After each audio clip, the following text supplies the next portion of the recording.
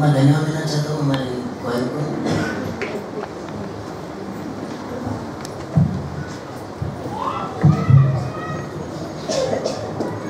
इस समय आज के वक्ता का परिचय हुआ। अपने वक्ता अपने चर्च के मेंबर हैं, उनका नाम सैमुअल, ब्रदर सैमुअल श्री सुंदर। वो सानवे में डेरम ऑफिस यहाँ पर वो कैंपस में रहते हैं और उनका मैरिज हो चुका है, उनको एक लड़का है और डेरम ऑफिस में रेलवे हॉस्पिटल में सुपरिटेंडेंट बोलकर, नर्सिंग सुपरिटेंडेंट बोलकर कार्यरत है। और आज के लिए जो संदेश जो है उनकी ओर से ही है। मैं ब्रदर सैमुअल श्री सुंदर भैया को विनती करता हूँ कि वो आगे रखकर अपने वचनों का प्रचार करें।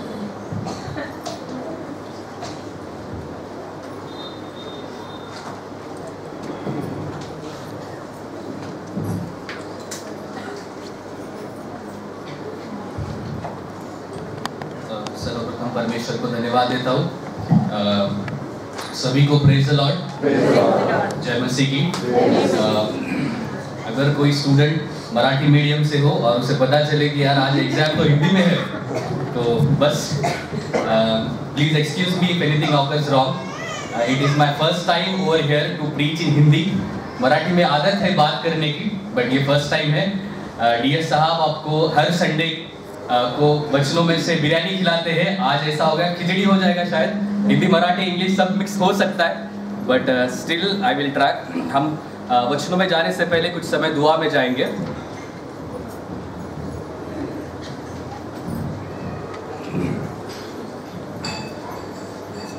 पिता परमेश्वर, मसीह यीशु के नाम से हम आपके अनुग्रह के सिंहासन के निकट आते हैं। पिता, हम आपको अबा और पिता कहते हैं। परमेश्वर, आपकी प्रेजेंस के लिए हम आपको धन्यवाद देते हैं। इस सुंदर से समय के लिए हम आपको धन्यवाद देते हैं। पिता परमेश्वर, आपके वचन में से आप हमें सिखाइए पिता परमेश्वर, और होने दीजिए आप ही की महिमा।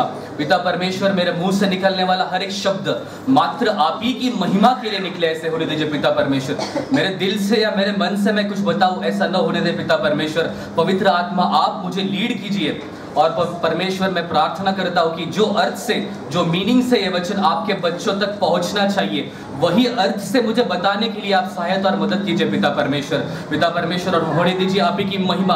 परमेश्वर, होने दीजिए कि वचन में से हम आपकी वाणी सुन सके, वचन में से आपका हमें दर्शन होवे, और वचन से सुनने वाले हम न बने पिता परमेश्वर, उसके अनुसार चलने वाले बने। इसीलिए आपका अनुग्रह हमें दीजिए पिता परमेश्वर। मसीह यीशु के नाम से ये छोटी सी विनती में मांगता हूँ, आप सुनो और ग्रहण करो पिता, आमीन।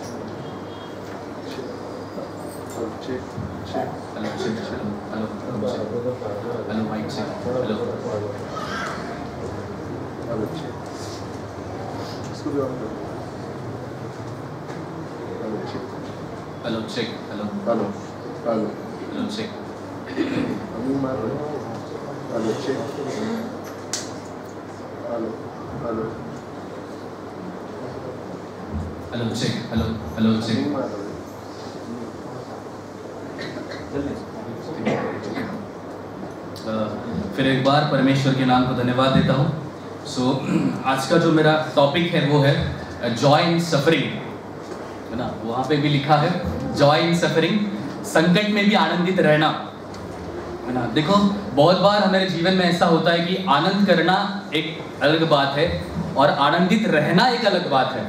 प्रार्थना करना एक अलग बात है और निरंतर प्रार्थना करना एक अलग बात है।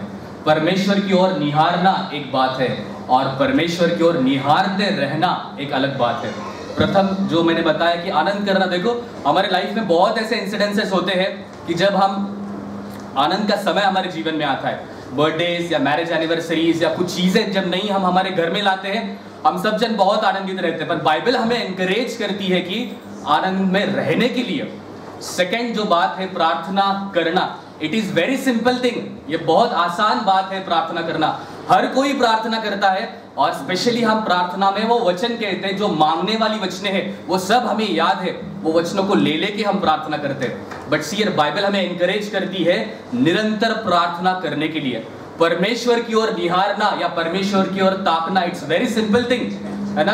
पास्टर साहब हमें वचनों में से सिखाते हैं, है ना, या वचन हमसे बात करता है, पर बाइबल हमें एनकरेज करता है कि परमेश्वर की ओर ताकते रहने के लिए, है ना। हम वचन वापस एक बार पढ़ेंगे, 2 कोरिन्थियंस उसका 4 अध्याय 17 वचन, 2 कोरिन्थियों उसका 4 अध्याय 17 वचन में फिर एक बार पढ़ता हूं।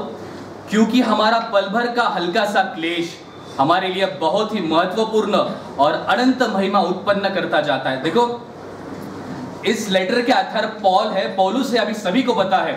और ऐसा पौलुस जिसने मसीह के लिए 3 बार 39 कोड़ों की मार खाई, 39 39 39 117 टाइम्स, 117 बार, है ना। और ऐसा पौलुस कहता है कि हमारे जीवन में पल भर सा क्लेश या हल्का सा क्लेश, क्लेश को हल्का सा ऐसा रेफर करता है। देखो सुनिए कि हमको अच्छी प्रोफेसी सुनना बहुत अच्छा लगता है ना। अच्छी प्रोफेसी सुनना बहुत अच्छा लगता है कि जब बचपन में हमारे लिए प्रोफेसी होती है कि आगे चल के ये पास्टर बनेगा या परमेश्वर का सेवक बनेगा, आगे चल के एक वर्शिप लीडर बनेगा। ये ऐसी सुनावनी जो प्रोफेसीज है हमें सुनने के लिए बहुत अच्छा लगता है। पर आपको पता है कि पौलुस की लाइफ में क्या प्रोफेसीज थी, है ना।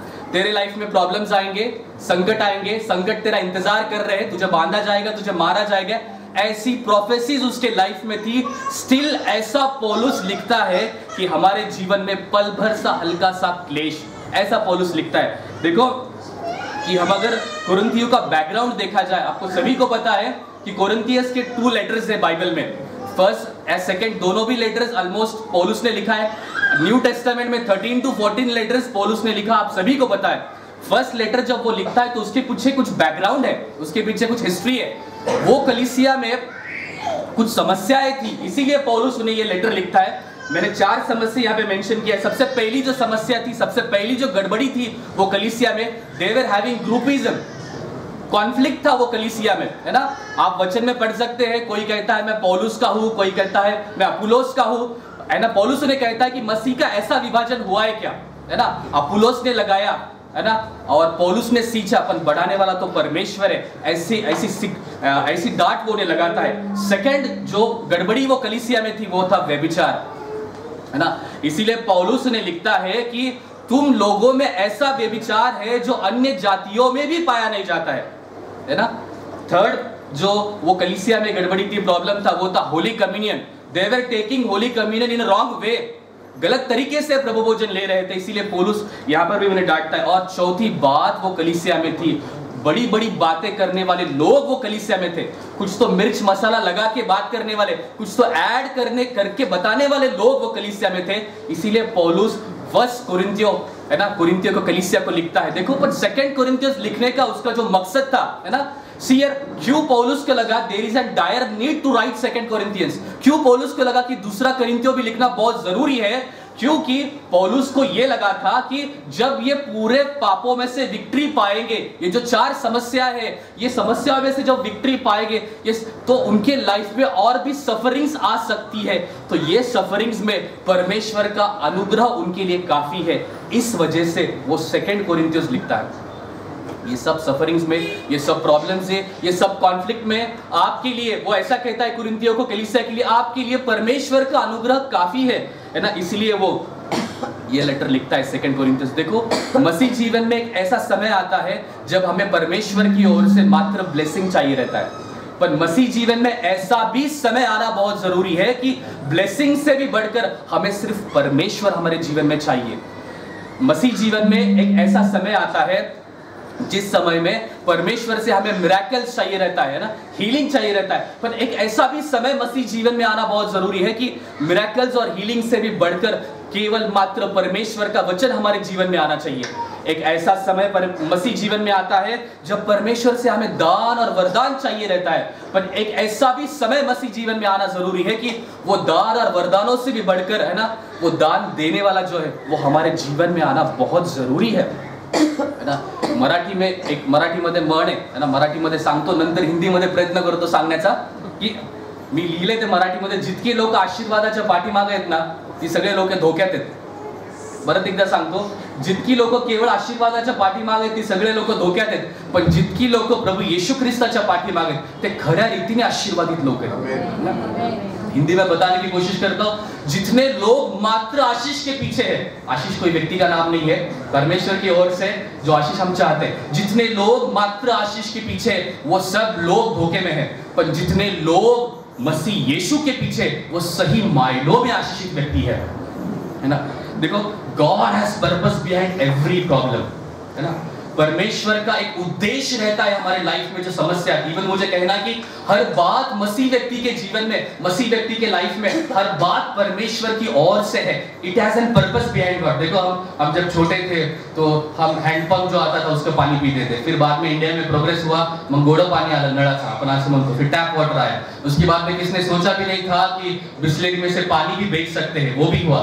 फिर हम फिल्टर का जार लेते हैं, उसके बाद में अभी बहुत सारे लोगों के घरों में आरओ आया हुआ है ना, फिल्टर पानी हम पीते हैं। वैसे ही मुझे बताने दीजिए कि हर एक समस्या, हर एक problem it is being father filter, वो पिता परमेश्वर से फिल्टर होने के बाद ही हमारे लाइफ में आती है। उसका सबसे बेस्ट एग्जांपल अय्यूब का है।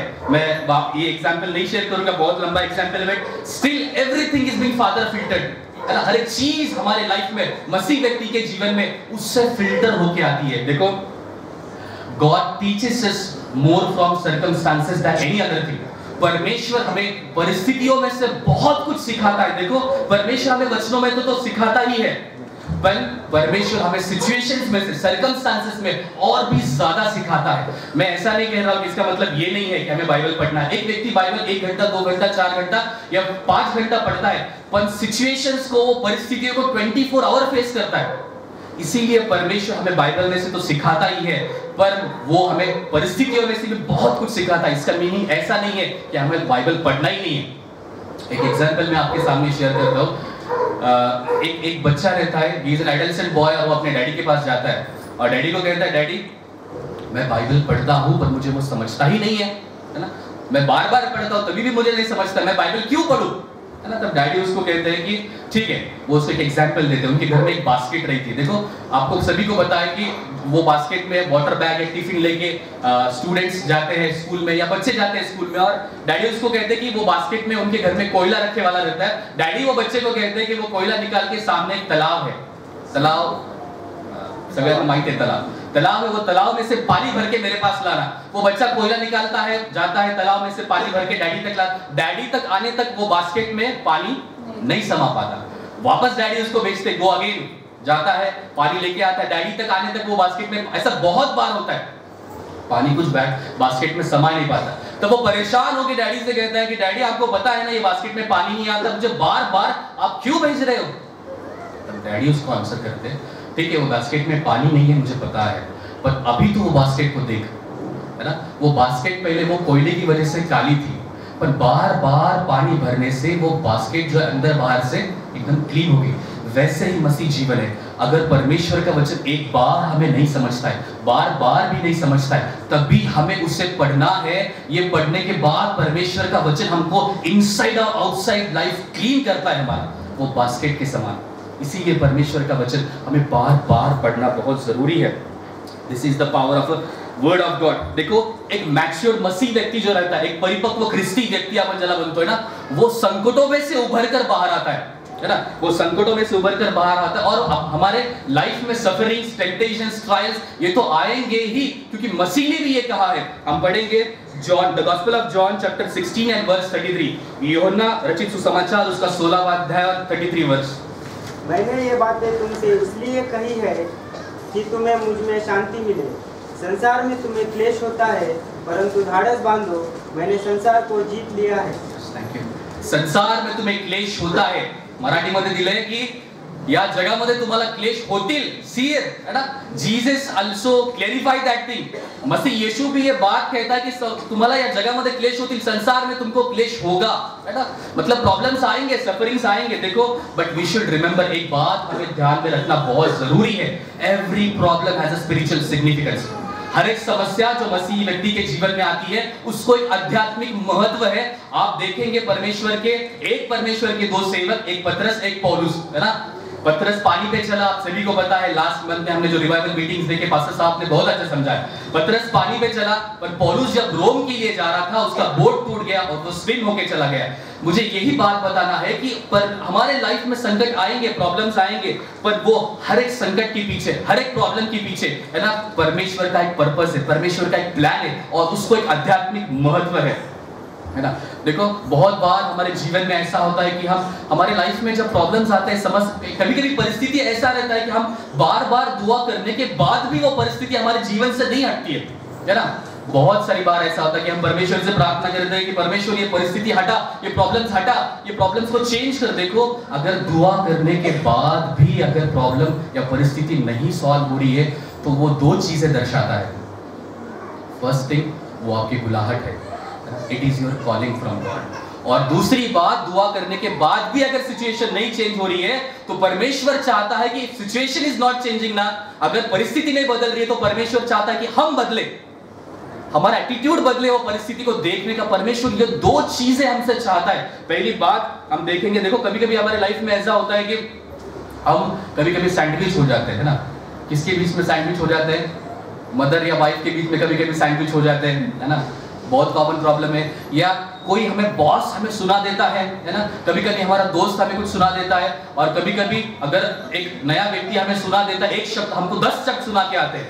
अगर कोई हमारे पे हाथ उठाने के लिए तैयार है तो हम उसको मारने के लिए भी तैयार हो जाते हैं। This type of mentality we have, है ना। देखो, कभी-कभी कुछ लोग हमसे कुछ बुरा भला कहते हैं, हम घंटों तक वो चीज को मेडिटेट करते हैं, घंटों तक बार-बार सोचते हैं, मेरे साथ ऐसा क्यों, मुझे नहीं बुलाया गया, मुझे इनविटेशन नहीं गया, मेरा नाम नहीं लिखा गया, ऐसे बहुत सारी चीज। देखो, मुझे एक बात आपसे शेयर करना है, मसीह यीशु सबसे बेस्ट एग्जांपल ये चीजों का सहन करने में। आपको पता है, he was teased, he was mocked, उसके आंख पे थूका गया, है ना, बहुत कुछ उसने सहन किया। उसके माइंड में क्या चलता होगा पता है? उसके माइंड में आप और मैं रहते होंगे।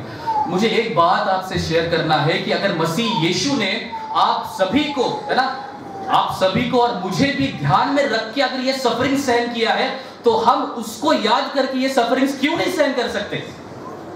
मैं वापस स्टेटमेंट को कहता हूं, अगर मसीह यीशु ने आपको और मुझे ध्यान में रख के इतना सारा सफरिंग्स उसने सहन किया ना, वचन सांगतं की त्याने तुमच्या माझ्यासाठी, है ना, वधस्तंभावर प्राण दिला, अगर उसने आपको याद करके ये सब चीजें सहन की है तो हम उसको याद करके हमारे लाइफ के प्रॉब्लम्स या समस्या है, कोई हमें कुछ बोल देता है, उसको क्यों नहीं सहन पाते, क्यों नहीं सहन कर सकते? देखो, इट इज योर, अगर आप मुझसे कह रहे होंगे कि आप हमें सहन करना सिखा रहे हो क्या?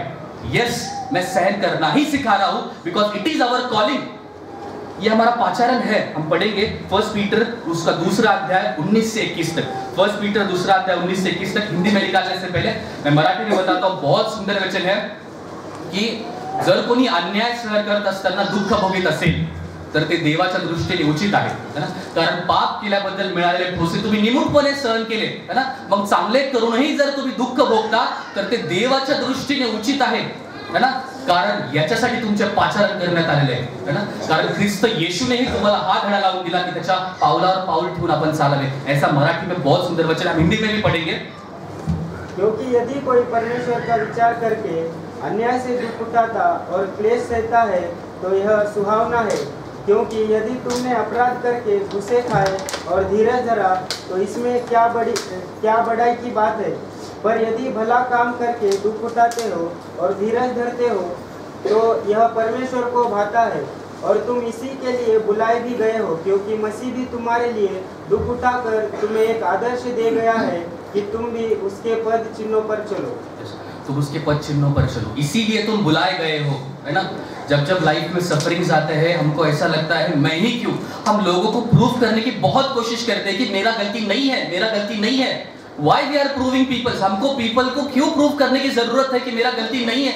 अगर आप क्यों नहीं समझ, हमें समझना चाहिए, इट इज अवर कॉलिंग, है ना। अगर हम अन्याय सहन करते हैं और दुख उठाते हैं, मसीह यीशु ने एक एग्जाम्पल तुम्हारे और मेरे सामने इसीलिए सेट किया है कि हम वो पाचारण को, हम वो बुलाहट को समझ सके। दूसरी बात जो मैंने बताया कि अगर सिचुएशंस दुआ करने के बाद भी नहीं चेंज हो रही है, सो गॉड वांट्स, परमेश्वर चाहता है कि हम बदल जाए, है ना। क्योंकि आप सभी को पता है हिब्रूज चैप्टर 13 एंड वर्स 8 क्या कहता है कि Jesus Christ is same yesterday today and forever. मसीह यीशु कल और आज और युगानुयुग एक सा है। देखो उसका ये जो स्वभाव है ना, मसीह यीशु का, वो न बदलने वाला स्वभाव है, और उसका ये न बदलने वाला स्वभाव एक दिन हमें बदलता है ना। ये चीज हमें याद रखना बहुत जरूरी है। इसीलिए दुआ करने के बाद भी अगर सिचुएशंस नहीं बदल रहा है, यू शुड रिमेंबर हिब्रूज 13:8 कि वो कभी न बदलने वाला परमेश्वर है, उसका स्वभाव कभी नहीं बदलता है। अगर उसका स्वभाव नहीं बदलता है तो अभी जरूरत है हमें बदलने की, है ना। हम आगे बढ़ेंगे। अभी हमें वो जो इमैच्योर प्रेयर है ना, कि परमेश्वर मेरी परिस्थिति बदल, प्रॉब्लम्स हटा दे मेरे लाइफ में से, सब कुछ चंगा, सब कुछ अच्छा दे, अच्छा दे, अच्छा दे, ये प्रेयर्स को तो हम करते ही है, पर ये भी दुआ हमें करनी चाहिए कि परमेश्वर अगर ये सिचुएशन मेरे लाइफ से जा रहा नहीं है ना, ये परिस्थिति अगर चेंज नहीं हो रही है, अभी मैं तुझे नहीं कहूंगा कि मेरी परिस्थिति बदल, मैं तुझसे एक बात कहता हूं कि तेरा अनुग्रह मुझे दे, कि ताकि इन परिस्थितियों में से मैं इंटरनली एक विजयशाली मसीह जीवन जी सकूं। हमें ऐसी दुआ करना बहुत जरूरी है। इसीलिए मैंने शुरुआत में कहा आनंद करना इज वेरी सिंपल थिंग, पर वो आनंद में बने रहना it's very difficult, but Bible encourages us to do that. Bible हमें एनकरेज करती है। प्रार्थना करना बहुत आसान बात है, पर निरंतर प्रार्थना करना, है ना, बाइबल हमें उस चीज के लिए एनकरेज करती है। परमेश्वर की ओर निहारना या परमेश्वर की ओर ताकना इज वेरी सिंपल थिंग, पर उसकी ओर निहारते रहना, है ना, इट्स इंपॉर्टेंट थिंग। देखो बाइबल में सबसे बेस्ट एग्जांपल मुझे आपसे शेयर करना है, सभी को पता है एलिया और अलीशा का, है ना। एलिया वाज मास्टर और अलीशा जो था उसका डिसाइपल था। और आप सभी को पता है, लॉन्ग स्टोरी शॉर्ट में बताता हूं कि अलीशा जब पूछता है ना, कि क्या चाहिए तुझे जब मैं लिया जाऊंगा, है ना, जब मेरा रैप्चर, तुझे क्या चाहिए, तब अलीशा उसको क्या कहता है एलिया को, है ना, कि मुझे तुझमें जो आत्मा है उसका दुगना भाग चाहिए। और गीत भी बहुत ऑसम था आज वर्शिप में, सही में, है ना, तुझमें जो आत्मा है उसका डबल पोर्शन अनाइंटिंग मुझे चाहिए। एलिया उसे क्या कहता है, तू बहुत कठिन चीज मांगता है ना, पर फिर भी अगर तू मुझे, जब मैं उठाया जाऊं तब मुझे देख ले तो ये चीज तुझे मिल जाएगा। सीयर, एक बात मुझको आपसे बताना है कि उस अनाइंटिंग को पाने के लिए अलीशा might have spent sleepless nights, है ना। जब अलीशा सोता होगा तो मुझे याद आता होगा यार कि एलिया तो उठा लिए जाने वाला है, पर मुझे वो अभिषेक चाहिए। नींद में से उठता होगा, है ना, और देखता होगा एलिया क्या कर रहा है, एलिया खाना खा रहा है, एलिया सो रहा है ना। देखो अलीशा ने कितने सारे स्लीपलेस नाइट स्पेंड किए होंगे वो अनाइंटिंग को पार, और वो दिन आता है जब एलिया उठा लिया जाता है ना, और वो उसे देख लेता है ना, and at that time he got the double anointing. इसे कहते हैं परमेश्वर की, इसे कहते हैं कि ताकते रहना, है ना, निरंतर परमेश्वर की ओर निहारते रहना, है ना। अगर टेक्नोलॉजी की भाषा में बोला जाए ना, कभी कभी हमारा मोबाइल जब हैंग होता है, बहुत सारे ऐप्स हम डाउनलोड कर देते हैं, रैम फुल हो जाता है, हैंग होने के बाद सबसे प्रथम हम एक चीज करते हैं, क्या करते हैं, रिस्टार्ट। यस, रिस्टार्ट करते हैं, और एक शब्द है रिबूट करते हैं, रिबूट या रिस्टार्ट करते हैं। देखो वैसे ही जब अनेक समस्याओं से, अनेक परिस्थितियों में से हमारा जब ये माइंड हैंग हो जाता है ना, तब हमें आध्यात्मिक रीति से खुद को रिबूट करना बहुत जरूरी है। और एक चीज मैं आपको बताना चाहता हूं कि जब अनेक समस्या हमारे लाइफ में आती है, तब हमें कभी कभी ऐसा होता है, परिस्थिति इतनी कठिन हो जाती है, हमें कुछ भी नहीं सूझता है ना। देखो जब जिंदगी में कुछ भी ना सूझे ना, तब ये जिंदगी बनाने वाले के हाथ में देना चाहिए।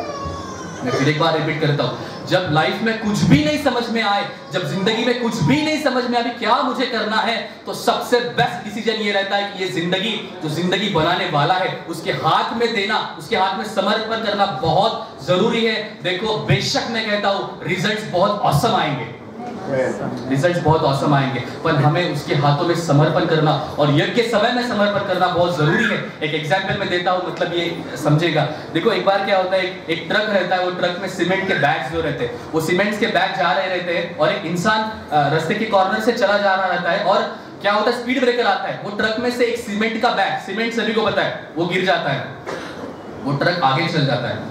वो इंसान जब देखता है कि यार ये तो सीमेंट का बैग है, वो समय बारिश का रहता है, बारिश जब वो सीमेंट पे गिरती है, आप सभी को पता है क्या होता है, वो कड़क हो जाता है, वो कोई इस्तेमाल का नहीं रहता है। तब वो इंसान सोचता है कि यार ये सीमेंट का बैग नया है, मुझे पहुंचाना चाहिए, बाजू में पहुंचाना, साइड में कंस्ट्रक्शन चालू रहता है, उसको लगता है कि ये कंस्ट्रक्शन साइट वालों का बैग रहेगा, वो बैग उठाता है, बाजू में जो कंस्ट्रक्शन साइट रहती है उसमें जाता है और वहां पे इंसान बैठे वाला रहता है, वो उसको पूछता है कि ये सीमेंट का बैग आपका है क्या?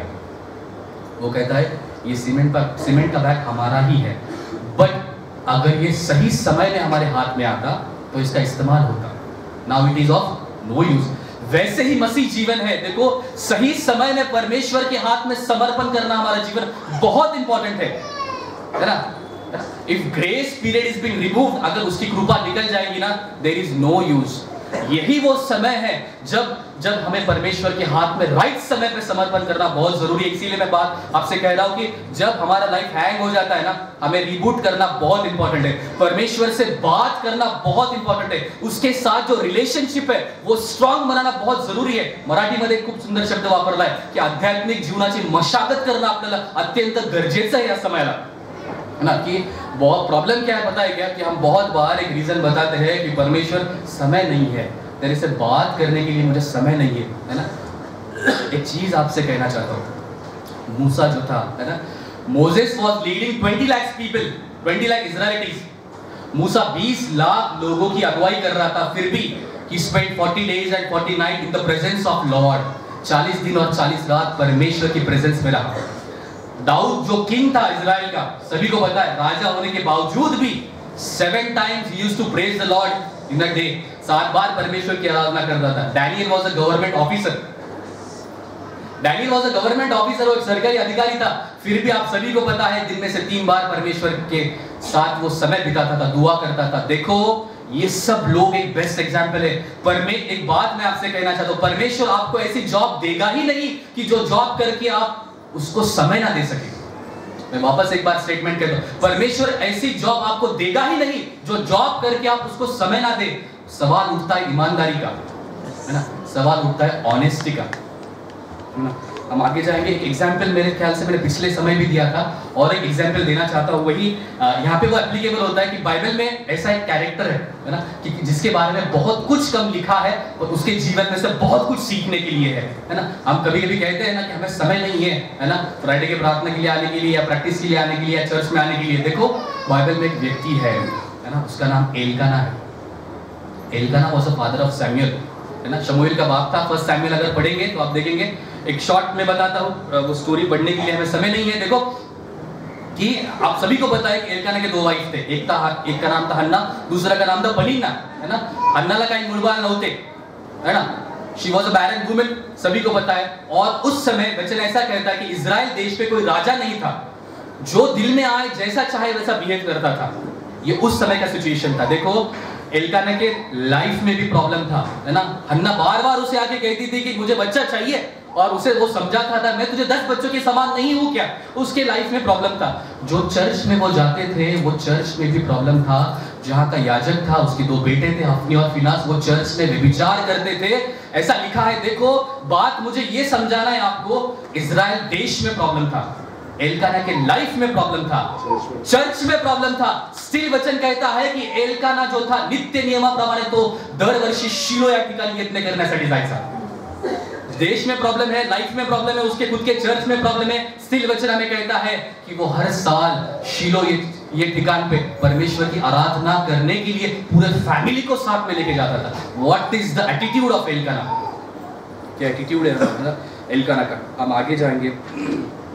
देखो एक मसीह पिक्चर, एक्चुअली कल मैं जब नोट्स बना रहा था तो मुझे एक बात यहाँ पे आया, मैंने वो लिख दिया कि मैं हमारे चर्च की नहीं बात कर रहा हूँ। मसीह पिक्चर कैसा है मालूम आज का, they are like Christmas tree, है ना। मसीह व्यक्ति जो है आजकल के क्रिसमस ट्री की तरह है, बाहर से खुद को बहुत सुंदर सुंदर चीजों से डेकोरेट किया है ना। वी आर वेरी स्पिरिचुअल, हम बहुत धार्मिक है, हम टाइट देते हैं, हम सब कुछ बाहर का जो जीवन है क्रिसमस ट्री की तरह डेकोरेट किया है, बट इनसाइड जो लाइफ है ना, अंदर का जीवन जो है डे बाय डे बैकस्लाइड होता जा रहा है। आज हमें ये चेक करना जरूरी है कि डे बाय डे हम मसीह यीशु की तरह बनते जा रहे हैं या डे बाय डे हम संसार की तरह बनते जा रहे हैं, है ना। हमें ये चेक करना बहुत जरूरी है। हमें सब, जब संकट का समय आता है, जब कोविड-19 था ना, मैंने तो पूरा याद कर लिया था, स्तोत्र संहिता 91 पूरा याद कर लिया था, पर जब कोविड हुआ तो वचन याद ही नहीं आ रहा था कैसे इंप्लीमेंट करें, है ना। बहुत बार ऐसा होता है की आम्हाला स्तोत्र संहिता 100 पाठ आहे, 23 पाठ आहे, 150 पाठ आहे, 91 तर सगळ्यांनी पाठ केलेलं असणार, ऑलमोस्ट मी केलं, पण ये सब चीजें याद है, फुल ऑफ नॉलेज है दिमाग में, पर उसका प्रैक्टिकल इंप्लीमेंटेशन नहीं है। इसीलिए मैं एक बात आपसे कहना चाहता हूं कि read other books for information but we should read Bible for transformation. हमें दूसरी किताबें इंफॉर्मेशन के लिए पढ़ना है, पर हमें बाइबल खुद के ट्रांसफॉर्मेशन के लिए पढ़ना, खुद के परिवर्तन के लिए पढ़ना बहुत जरूरी है ना। देखो कुछ कभी-कभी आप देखते होंगे न्यू टेस्टामेंट पढ़ते समय एजेस मेंशन किए, उम्र मेंशन की है, जैसे 38 वर्षाची दुखणेकरी, है ना, 38 ईयर से एक रोगी रहता है, 12 वर्षाची रक्तस्रावी स्त्री, है ना, 12 साल से उसको ब्लीडिंग का प्रॉब्लम रहता है, 18 वर्षाची कुबड़ी स्त्री, 18 साल से उसको काइफोसिस रहता है, कि ऑल वेर हील्ड, सभी को पता है, सब चंगा हो गए, है ना। पर वो बाइबल में वो एज क्यों मेंशन किया है, ये दो चीजें दर्शाता है ना। सबसे पहली बात ये वो दर्शाता है कि नो प्रॉब्लम इज परमानेंट, कोई भी समस्या, कोई भी प्रॉब्लम हमारी लाइफ में परमानेंट नहीं है। और दूसरी बात वो ये दर्शाता है प्रॉब्लम चाहे कितनी भी पुरानी क्यों ना हो, वो समर्थ है सॉल्व करने के लिए, है ना। He is able to solve our problem. इसीलिए फर्स्ट जो मेरा सब हेडिंग है वो है कि नो प्रॉब्लम इज परमानेंट, कोई भी समस्या। पौलुस को ये चीजें पता है, पौलुस को ये सब चीजें पता है, इसीलिए वो दूसरा कुरिन्थियों 4 अध्याय 17 वचन में लिखता है कि हमारे जीवन में पल भर सा क्लेश, पल भर, है ना, हल्का सा क्लेश, ऐसे वो डिनोट करता है। देखो कि एक बात आपने और मैंने भी, ये हमारी गवाही होगी, हमारा सबसे ज्यादा घनिष्ठ संबंध और profound and intimate relationship with God कब होता है पता है? जब हम समस्याओं में से गुजरते हैं। ये आपका भी गवाही होगा और मेरा भी गवाही है ना। उसके साथ जो हमारा संबंध है वो प्रोफाउंड और इंटीमेट कब बनता है? जब हम समस्याओं में से गुजरते हैं, तभी वो रिलेशनशिप होता है। देखो इंग्लिश में एक बहुत अच्छा थॉट है, वो थॉट ऐसा है, the person having a good relationship with God is automatically having a good relationship with other persons. Automatically शब्द बहुत इंपॉर्टेंट है। देखो हिंदी में बताने की कोशिश करता हूँ, जो व्यक्ति के रिश्ते जो व्यक्ति के संबंध परमेश्वर के साथ अच्छे होते हैं ना, वो व्यक्ति के संबंध औरों के साथ ऑटोमेटिकली अच्छे हो जाते हैं। अभी ये शब्द ऑटोमेटिकली आप सोचते होंगे ऐसा कैसा? देखो अगर मेरे वाइफ के साथ नहीं जमता, मेरे माँ के साथ मेरा जमता नहीं, मेरे बॉस के साथ मैं हरदम झगड़ा करता हूँ, देखो इट इज एन साइन। वो क्या साइन है पता है? There is an certain serious spiritual problem between the relationship of you and God. बहुत सीरियस प्रॉब्लम है हमारा और परमेश्वर के नाते संबंध। अगर किसी के साथ मेरा नहीं जमता है तो पहले हमें वो करेक्ट करना बहुत जरूरी है। उसके साथ अगर आप संबंध पहले करेक्ट करेंगे ना, लोगों को छोड़ देना पड़ेगा आपको बताना कि यार मेरा गलती नहीं है, मैं सही हूं। लोगों को छोड़ देना पड़ेगा, लोगों के दिल में वो काम करेगा, है ना। लोगों के साथ आपके संबंध वो ठीक करेगा अगर उसके साथ सर्वप्रथम आप अपने संबंध ठीक करो। इसीलिए मैंने वो बात बताया कि the person having a good relationship with God is automatically having a good relationship with other peoples. एक एग्जांपल मैं देना चाहता हूं, मेरा खुद का एग्जांपल है।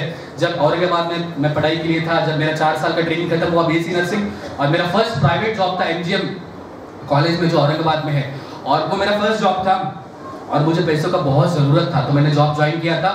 और उधर जो क्लर्क था, है ना, उसका आदत था कि जो भी न्यू ज्वाइनिंग कैंडिडेट है उसके सैलरी में से कुछ पैसे वो मांगता था पार्टी करने के लिए। उसने मुझे भी वैसा फोर्स किया कि हमारे साथ पार्टी करना है, हमें पैसे चाहिए। और उनका पार्टी अलग तरीके का पार्टी था, उसमें सब दारू बीरू ये सब ये चलता था। तब मैंने परमेश्वर से बात किया कि परमेश्वर ये व्यक्ति से बोलने का मेरा कोई प्रबंध नहीं है, तू इससे बात कर, है ना। वो हर बार मुझे टोकता था पैसे चाहिए सैलरी होने के बाद। तो मुझे ये भी डर लगता था यार कि मेरा जब सैलरी हो जाएगा तो ये सैलरी में से काट लेगा, ये भी डर मेरे माइंड में था। और वो सैलरी मुझे बहुत इंपॉर्टेंट था तब, है ना, मुझे पैसों का बहुत जरूरत था। मैं परमेश्वर से दुआ कर रहा था, परमेश्वर ये व्यक्ति से मैं बात नहीं करूंगा, ऐसा होने दे कि मेरा सैलरी भी आए और ये मुझे कभी भी पार्टी के लिए फोर्स ना करे, ऐसा होने दे। मेरा सैलरी आया, मुझे पूरा सैलरी मिल गया। और वो व्यक्ति ने कभी भी फिर मुझे बात ऐसा नहीं किया कि मुझे पार्टी चाहिए। वो विश करता था, मैं भी उसके विश करता था, good morning sir, good morning sir. देखो तात्पर्य यही है, अगर उसके साथ आपका रिलेशन घनिष्ठ है ना, तो लोगों की हाजी हाजी करने का, लोगों को बटर चीज लगाने का कोई जरूरत नहीं है। बहुत बार पहले उसके साथ हमारा है ना रिलेशनशिप मजबूत होना बहुत जरूरी है। एक चीज मैं आपको बताना चाहता हूँ कि अगर परमेश्वर चाहता था तो यूसुफ को वो जेल में जाने से रोक सकता था। परमेश्वर ने रोका? नहीं रोका। अगर परमेश्वर चाहता था है ना कि डैनियल को सीओ की मांग में जाने से रोक सकता था, रोका क्या? नहीं रोका। अगर परमेश्वर चाहता था कि पौलुस को 3 बार कोड़े लगने से बचाए, वो बचा सकता था, पर परमेश्वर ने अलाउ किया। अगर परमेश्वर चाहता था शद्रक, मेशक और अबेदनगो को वो है ना अग्नि के भट्टी से बचाए, वो बचा डालने से पहले ही बचा सकता था, बट स्टिल गॉड ने अलाउ किया। ये सब चीजें गॉड ने अलाउ की उनकी लाइफ में, और पता है रिजल्ट क्या हुआ? All these peoples were drawn more close to God. ये सब जो लोग हैं परमेश्वर के और करीब आए। इसीलिए मैं वो स्टेटमेंट फिर एक बार दोहराता हूं कि आपका सबसे घनिष्ठ संबंध परमेश्वर के साथ तब बनता है जब आप समस्याओं में से जाते हो, जब आप परिस्थिति फेस करते हो, है ना। देखो हम जब यूसुफ, और एक एग्जांपल यूसुफ का ही है, मैं बताना चाहता हूं कि यूसुफ के लाइफ में ऐसे एलिगेशन उस पे लगे जो उसने किया भी नहीं था, उस वजह से उसको 13 साल जेल में जाना पड़ा। भाइयों ने खड्डे में डाला, जेल में गया, आप सभी को पता है ये सब सफरिंग उसके लाइफ में। पर एक पॉजिटिव बात वहां पे सीखने के लिए है। आपको पता है कि हर एक प्रॉब्लम यूसुफ के लाइफ में आने वाला उसके ड्रीम के और पास उसको लेते गया। Every problem in Yusuf life, Yusuf के लाइफ में आने वाला हर एक प्रॉब्लम उसको उसके ड्रीम के पास ले जा रहा था। वैसे ही मसीह जीवन में जब प्रॉब्लम्स आते हैं, समस्या आती है, ट्रायल्स आते हैं, टेम्पटेशंस आते हैं, वो हर एक समस्या, वो हर एक ट्रायल, वो हर एक परिस्थिति, वो हर एक सफरिंग हमें क्लोज स्लोली वो व्यक्ति तक पहुंचाती है जो व्यक्ति परमेश्वर हमें चाहता है कि वो व्यक्ति हम बने, या वो डेस्टिनेशन तक पहुंचाती है जो परमेश्वर हमसे चाहता है कि हम वो बने। जैसा यूसुफ के लाइफ में वो है ना। हम आगे जाएंगे कि दूसरा जो मेरा बोलने का मुद्दा है वो है कि problem shape your life like Christ, है ना। प्रॉब्लम है ना हमारे जीवन को मसीह यीशु की तरह बनाता है। देखो बाइबल हमें कहता है कि हम मसीह में बुलाए गए हैं, we are called in Christ. बहुत सारे लोगों का क्या हुआ है पता है क्या? वो संसार में से तो निकले हैं, वो संसार में से तो निकले पर वो मसीह तक आए ही नहीं है, वो खुद में फंस गए। बाइबल हमें कहती है कि we are called in Christ, हमें मसीह में बुलाया गया है। हम संसार, कभी कभी बहुत बार संसार में से तो हम निकल जाते हैं पर मसीह तक पहुंचते नहीं है। हम खुद में बिजी हो जाते हैं, हम खुद में इन्वॉल्व हो जाते हैं। देखो ये खुद से, ये सेल्फ से निकालने के लिए, ये खुद से निकालने के लिए परमेश्वर कभी कभी हमसे फाइट भी करता है ना। वो हमको बचाने के लिए कभी कभी हमसे भी झगड़े करता है। उसका बेस्ट एग्जांपल याकूब का एग्जांपल है जो ओल्ड टेस्टामेंट में था, जैकब, सबको सभी को पता है। और बहुत बार ऐसा होता है ना, अगर ये करने के बाद भी अगर हम नहीं मान रहे, नहीं सुधर रहे, फाइनल एक ऑप्शन परमेश्वर के पास रहता है, वो हमें पब्लिकली एक्सपोज कर देता है, पब्लिकली एक्सपोज कर देता है। इसका एग्जांपल मैं शेयर करना चाहता हूँ। जब मैं छोटा था तो मुझे वीडियो गेम खेलने का बहुत आदत था। जब पास्टर साहब घर में प्रार्थना करने आते थे तभी भी मैं वीडियो गेम खेलते बैठता था। वीडियो गेम का एक गेम शॉप रहता था। उस दिन क्या हुआ कि पास्टर साहब प्रार्थना करने आए और फिर मैं नहीं था, तो मम्मी गुस्से में आ गए हर बार की तरह, और इस बार उन्होंने बहुत ज्यादा बड़ा कदम उठा लिया। वो डायरेक्ट वीडियो गेम की दुकान में आए मेरे मम्मी, और वो सबके सामने मुझे मारते घर पे लेके गए। दूसरे दिन से मैं कभी भी वो दुकान में नहीं गया। सोचो मत, इतना गिल्टी फील हो रहा था कि यार सबके, मेरे को वीडियो गेम छोड़ने का कोई दुख नहीं था, पर मुझे सबसे दुख ये था कि सबके सामने मेरा अपमान कर दिया मेरे मम्मी ने। ये बहुत दुख था। देखो ऐसे ही होता है ना, कि जब हम नहीं सुधरते हैं ना तो परमेश्वर कभी कभी हमें पब्लिकली एक्सपोज कर देता है। एक उसका तरीका है। याकूब का सबसे बेस्ट एग्जाम्पल हमारे सामने है ना। याकूब का मीनिंग ही होता है डिसीवर या चीटर।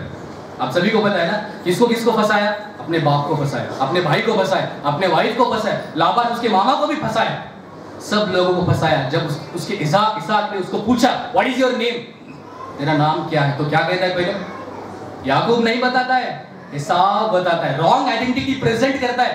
पर वही बात जब परमेश्वर के साथ उसका एनकाउंटर होता है, तेरा नाम क्या है परमेश्वर पूछता है, तब क्या बताता है? जेकब, मैं याकूब हूं। ऑनेस्टली एक्सेप्ट करता है, और जब ये ईमानदारी परमेश्वर देखता है, his name is being transformed into Israel, है ना। वैसे ही एक बात मुझको आपसे शेयर करना है कि जब ऑनेस्टली हम उसके सामने आते हैं, अपने वीकनेसेस लेके, अपने सफरिंग्स लेके जब परमेश्वर के सामने आते हैं ना, वो हमारा लाइफ ट्रांसफॉर्म करता है ना, वो हमारा लाइफ ट्रांसफॉर्म करता है। हम आगे बढ़ेंगे। देखो और एक चीज मुझे आपको बताना है कि बहुत बार ऐसा होता है हमारे लाइफ में कि हम खुद को मसीह कहलाते हैं, है ना। We are Christians, we call self Christian, है ना। एक बात मुझको आपसे शेयर करना है कि जिस व्यक्ति का हम हमारे माथे पे लेवल लगाते हैं ना, we Christians, उस व्यक्ति का जीवन भी वैसे तरह जीना बहुत इंपॉर्टेंट है।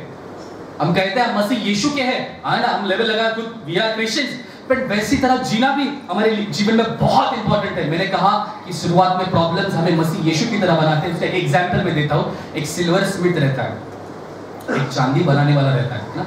चांदी के जो पात्र बनाता है, अभी मेरे को हिंदी में उसका राइट मीनिंग नहीं मिला। सिल्वर स्मिथ सब समझते हैं, है ना, चांदी बनाने वाला, चांदी के बर्तन बनाने वाला। जब चांदी के बर्तन बनाने वाले को पूछा जाता है कि तुझे कैसा पता चलता है कि वो चांदी प्योर है, तो वो क्या कहता है पता है क्या? जब मैं मेरा चेहरा वो चांदी में देखता, वो चांदी के बनाए बर्तन में, तब मुझे पता चलता है कि दैट चांदी, वो चांदी का बर्तन प्योर है ना। वैसे ही मसीह जीवन रहता है ना। जब लोगों को हमारे लाइफ में, है ना, मसीह का चेहरा नजर आएगा, जब लोगों को हमारे लाइफ में उसका कैरेक्टर, उसका गुणधर्म हमारे जीवन में नजर आएगा ना, तब वो हमें कहेंगे this is a person like Christ, है ना। यही वो व्यक्ति है जो मसीह की तरह जीवन जीता है ना। हम आगे जाएंगे। थर्ड मेरा जो पॉइंट है, थर्ड एंड लास्ट पॉइंट है, your today's test is tomorrow's testimony. आपकी आज की प्रॉब्लम, आपकी आज की समस्या, है ना, ये कल की आपकी एक गवाही बन सकती है। हम पढ़ेंगे रोमन्स चैप्टर 5:3-5। Romans chapter 5:3-5। केवल यह नहीं, वरन हम क्लेशों में भी घमंड करें, यह जानकर कि क्लेश से धीरज और धीरज से खरा निकलना और खरे निकलने से आशा उत्पन्न होती है, और आशा से लज्जा नहीं होती, क्योंकि पवित्र आत्मा जो हमें दिया गया है उसके द्वारा परमेश्वर का प्रेम हमारे मन में डाला गया है। Yes, thank you sister. देखो बहुत सुंदर पौलुस यहाँ पे लिखता है, मराठीमध्ये संकटाचाही अभिमान बाळगावा, है ना। अपन अभिमान, हम कभी कभी घमंड का कौन से चीज का करते हैं? जो चीज हमें परफेक्टली आती है ना, वो चीज का हमें बहुत घमंड रहता है। पौलुस क्या कहता है कि हम मला संकटाचाही अभिमान है ना, प्रॉब्लम्स का भी वो घमंड करता है। देखो एक एग्जाम्पल मैं आपसे शेयर करना चाहता हूँ। यूसुफ, वापस एक बार यूसुफ के लाइफ से। आप सभी को पता है कि उसने प्रोफेसी किया था कि 7 इयर्स जो रहेंगे, 7 साल वो सुकाल के रहेंगे, है ना, सुकाल म्हणतात ना, सुकाल के रहेंगे, और 7 दूसरे जो आने वाले 7 साल है वो अकाल के रहेंगे। आपको पता है वहां पे परमेश्वर ने इतना उसको अनुग्रह दिया था, विजडम दिया था कि 7 साल के अकाल में, सुकाल में यूसुफ ने क्या किया? बटोरता गया, बटोरता गया, बटोरता गया, जितना चाहे बटोरता गया, धान्य है ना, बटोरता गया, और अकाल में उसने एंजॉय किया। वैसे ही हमारे जीवन में जब परमेश्वर हर एक चीजों से हमें विश्राम देता है, जब सब चीजों से हमें शांति देता है, तब हम क्या उसका वचन बटोरते हैं, है ना। जब छुट्टी का दिन होता है ना, जब हमें छुट्टी का दिन होता है, हम बहुत ज्यादा देर तक सोते हैं ना। वो छुट्टी के दिन में क्या हम हमारे घर वालों से ऐसे कहते हैं कि आज मैं परमेश्वर के साथ में और अधिक समय स्पेंड करूंगा, है ना, अधिक समय में बिताऊंगा और उसका वचन बटोरते जाऊंगा। हम वैसा नहीं करते, है ना। हमारा ज्यादातर समय कौन सी चीजों में जाता है पता है? ये गैजेट में जाता है, ये डिवाइस में बहुत ज्यादा हमारा समय जाता है। जो सुकाल का समय है हमारा इसी में जाता है। इसीलिए जब अकाल आता है, जब प्रॉब्लम्स आते हैं ना, तब हम बिखर जाते हैं, तब हमें उसका वचन याद ही नहीं आता है ना। इसीलिए सुकाल के समय में जितना बटोर सके उतना बटोरना चाहिए, और उसके साथ जो संबंध है वो हमें घनिष्ठ बनाना बहुत जरूरी है। देखो एक बात और मैं आपसे शेयर करना चाहता हूँ कि देखो प्रॉब्लम्स तो छोड़ो, सफरिंग्स तो छोड़ो, जब टेम्पटेशंस और ट्रायल्स आते हैं ना, क्या परमेश्वर आपके साथ ऐसा व्यवहार करता है कि वो टेम्पटेशंस में गिरने से पहले ही आपको बचाता है?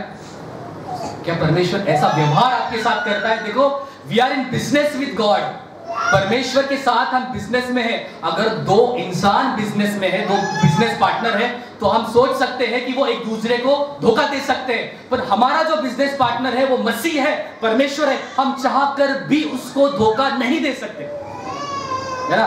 हमारा जो बिझनेस पार्टनर है वो परमेश्वर आहे. आपल्याला जरी वाटत असेल की आपण त्याला धोका द्यावा तरी आपण त्याला ठकवू शकत नाही है ना. आपण ते वचन वाचूया. इब्री लास्ट वर्ड है इब्री लोकास पत्र 4 अध्याय 16 वचन. इब्रानियों की पत्री उसका 4 अध्याय 16 वचन. इसलिए आओ हम अनुग्रह के सिंहासन के निकट हियाव बांधकर चले कि हम पर दया हो और वह अनुग्रह पाए जो आवश्यकता के समय हमारी सहायता करे. और वह अनुग्रह पाए जो आवश्यकता के समय हमें. व्हाट इज आवश्यकता का समय? आवश्यकता का समय क्या है आपको पता है? एक एग्जांपल मैं देता हूं. ओल्ड टेस्टामेंट में एक राजा था, उसका नाम था अबीमेलेक. आप सभी को पता है अबीमेलेक क्या करता है कि अब्राम की जो पत्नी है सारा उसको बेड पे लाता है और पता है परमेश्वर उसे क्या कहता है? Don't touch this woman, she is a wife of a profit, है ना. इस स्त्री को हाथ मत लगा. ये जो है वो कौन है? एक प्रॉफिट की वाइफ है. क्या अमेजिंग ग्रेस है परमेश्वर का. अबीमेलेक को पाप करने से बचाता है. क्या परमेश्वर ऐसा व्यवहार हमारे साथ करता है? जब ट्रायल्स टेम्पटेशंस आते क्या हमें वो पाप करने से ऐसा अनुग्रह देता है क्या? हमें चेक करना बहुत जरूरी है. हमें ये दुआ करना चाहिए कि परमेश्वर वो अनुग्रह मुझे दे. ट्रायल्स तो आएंगे, टेम्पटेशंस तो आएंगे, पर मैं उसमें फॉल ना हूं. इस वजह से वो इसीलिए वो अनुग्रह वो ग्रेस मुझे दे. एक फाइनल एग्जांपल देकर मैं समाप्त करता हूं. बहुत बार हमें लगता है कि परमेश्वर कभी कभी साइलेंट हो गया है हमारी परिस्थितियों में से. बहुत बार वो हमें बात नहीं कर रहा है. देखो एक इंसान रहता है और वो इंसान he is a godly person और वो बीच के किनारे से जाता रहता है. बीच समुद्र के किनारे से वॉक करता रहता है और he is a godly person. उसको ना 4 पैरों के निशान दिखाई देते हैं. 2 उसके रहते हैं और 2 परमेश्वर के रहते हैं. वो ऐसा सोच के चलता है. तब समुद्र एकदम शांत रहता है. समुद्र में फिर तूफान आ जाता है. लाटा येतात समुद्रामध्ये और वो चलता जाता है. जब समुद्र में तूफान आता है तो उसको 2 ही पैरों के निशान दिखते हैं. तो वो परमेश्वर से कहता है परमेश्वर जब समुद्र शांत था इट मींस मेरे लाइफ में जब सब कुछ अच्छा था तो मुझे 4 पैरों के निशान दिखते थे. 2 तेरे और 2 मेरे. पर जब समुद्र में तूफान आया है ना, जब मेरे लाइफ में प्रॉब्लम आया इट मींस है ना, तब मेरे को 2 ही पैरों के निशान दिखते. तूने मुझे क्यों छोड़ दिया? परमेश्वर का बहुत ऑसम आंसर रहता है. देख बेटे, जब तेरे लाइफ में प्रॉब्लम आता है ना, तेरे लाइफ में जब समस्या, जब समुद्र में तूफान आता है इट मींस तेरे लाइफ में जब प्रॉब्लम्स आता है तो वो 2 पैरों के निशान तेरे नहीं रहते, वो 2 पैरों के निशान मेरे रहते हैं. क्योंकि जब तेरे लाइफ में प्रॉब्लम आता है मैं तुझे अपने गोदी में उठा लेता हूँ. सच अ गॉड वी हैव. ऐसा परमेश्वर आपल्याला, असा परमेश्वर लाभलाय. धन्य असा देव आपल्याला लाभलाय जो संकटातही आपल्या सोबत है ना. धन्य असा परमेश्वर हमारे पास है ना, जो कभी ना बदलने वाला परमेश्वर. Thank you. परमेश्वर करे ये वचन समझने के लिए आपको और मुझे सहायता मदद करे. Thank you.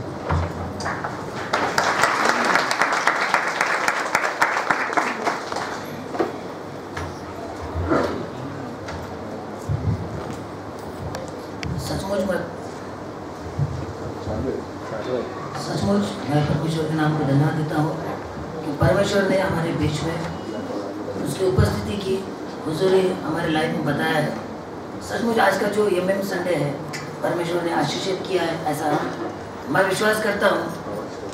और हमारे ब्रदर के द्वारा परमेश्वर की जो इच्छा है हमारे जीवन में होनी चाहिए, किस तरह हम हमारे लाइफ में जीना चाहिए, किस तरह हमारे लाइफ में रहना चाहिए, किस तरह हम इस दुनिया में संवरना चाहिए, परमेश्वर ने अपने सेवकों के द्वारा, अपने जवानों के द्वारा हमें बताया है. मैं भी आज एक साक्ष्य देना चाहता हूँ. जैसे कि आज ब्रदर सैमुअल के लाइफ में फर्स्ट टाइम जब जॉब पे चढ़ते हैं तब हमको वहाँ पर जो परेशानी आती है वो परेशानी उन्होंने हमसे शेयर की है.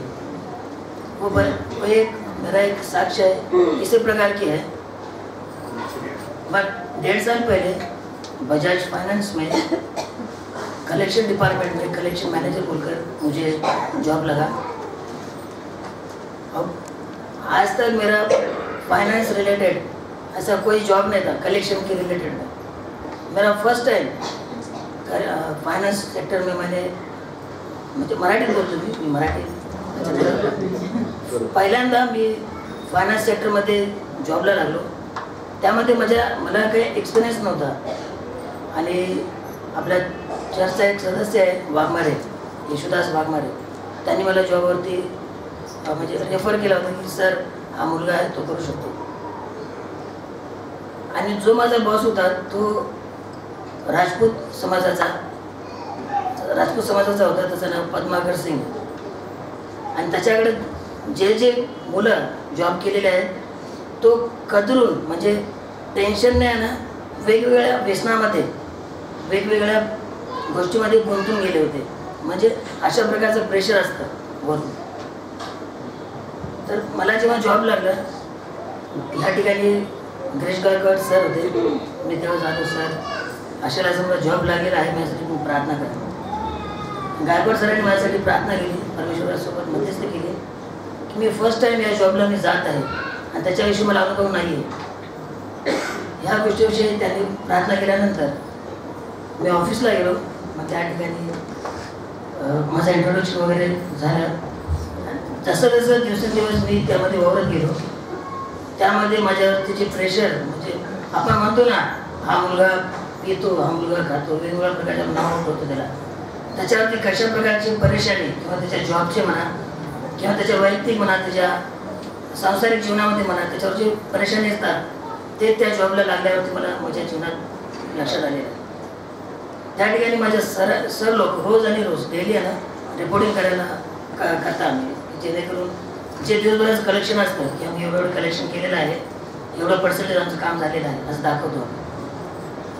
1 महिना झालं, दुसरा महिना झालं, असे 2-3 महिने ते मला सरांनी मला सावरून घेतलं. पण 4थ्या महिन्यापासून ते माझ्यावरती प्रेशर टाकणं सुरू केलं की श्याम तेरे जॉब हे नाही होता, तू रिझाईन करतो. कारण कसं आहे या जॉबमध्ये आहे ना कोणीही कोणाला काढू शकत नाही, फक्त रिझाईन आपण टाकू शकतो आणि ते ॲक्सेप्ट करतात. तेव्हा त्यांनी असं म्हटल्यावरती मी परमेश्वर हेच विचारलं तेव्हा या जॉबमध्ये तुम्हाला नेणारच मला नाही माहिती की जॉब कसं करायचं, सर्व तुला माहिती आहे. मी वेगवेगळ्या प्रकारे जॉब करत या ठिकाणी आलो, पण तुझी इच्छा माझ्याविषयी काय मला ठाऊक नाही आहे, पण तुझी इच्छा पूर्ण करून घे. मी परमेश्वराला हीच प्रार्थना करायचं डेली. ज्या प्रकारे मी परमेश्वराची रोज आणि रोज प्रार्थना करत गेलो त्या प्रकारे माझ्या जीवनामध्ये चांगल्या प्रकारे काम होऊ लागलं. आणि आमचे बजाजचे जे AC माझे एरिया कलेक्शन मॅनेजर पद्माकर सिंग यांनी मनाला सुरुवात केली, बेटा तू अच्छा जॉब कर रहा है, तू कर टिकटॉक जॉब बहुत अच्छी तरह से कर रहा है, कर टेन्शन मध्ये. हा व्यक्ती प्रत्येकाला वेगवेगळ्या वल्गर लँग्वेजमध्ये बोलत होता, पण परमेश्वर त्याच्या मुखामध्ये माझ्याविषयी रिस्पेक्ट आणि प्रेम घातलेलं आहे. आणि तो व्यक्ती व्यसनाच्या अधीन होता. त्याचा आज एज आहे 44 इयर्स, 44 वर्षाचा तो आहे. तो या वयामध्ये आजपर्यंत त्याच्या मुलाकरिता त्याच्या वाईफकरिता 1 रुपया सुद्धा सेव्हिंग केलेलं नाही आहे. तो त्याचा जेव्हा भाऊ एक्सपायर झाला त्याने तेव्हा मला सांगितलं, श्याम मेरा भाई एक्सपायर हो गया. आणि त्याला माहिती होतं की मी संडेला चर्चला जातो आणि त्याला मी सर्व गोष्टी सांगितलं होतं, मी संडेला चर्चला जातो, कोणत्या प्रकारचं काय मदत होणार नाही आहे. मी सगळ्या गोष्टी बोलल्यावर सर लोक म्हणत होते की तुला करावंच लागणार आहे, कारण फायनान्स सेक्टरमध्ये जॉब केल्याशिवाय पर्याय नाही आहे आणि काम केल्याशिवाय तुला पेमेंट मिळणार नाही आहे. अशा प्रकारचे प्रेशर्स होते माझ्यावरती, पण परमेश्वराने ते प्रेशर हळूहळूपणे माझ्या जीवनातून ते प्रेशर कमी केलं. आणि त्या व्यक्तीला जे पद्माकर सिंगचे सर आहेत आमचे AC आहेत, त्या व्यक्तीच्या मनात परमेश्वराचं कार्य होत गेलं. मी त्याच्यासाठी डेली प्रार्थना करायची, परमेश्वर तू त्याला तुझ्या हातात घे, तो पण मनुष्यच आहे, तो पण तुझाच मुलगा आहे, तुझा मला बनवलेला आहेस, तो पण त्याला तू हातात घे आणि तुझ्या इच्छेप्रमाणे तू त्याला चालव. मी डेली त्यासाठी प्रार्थना करायचो.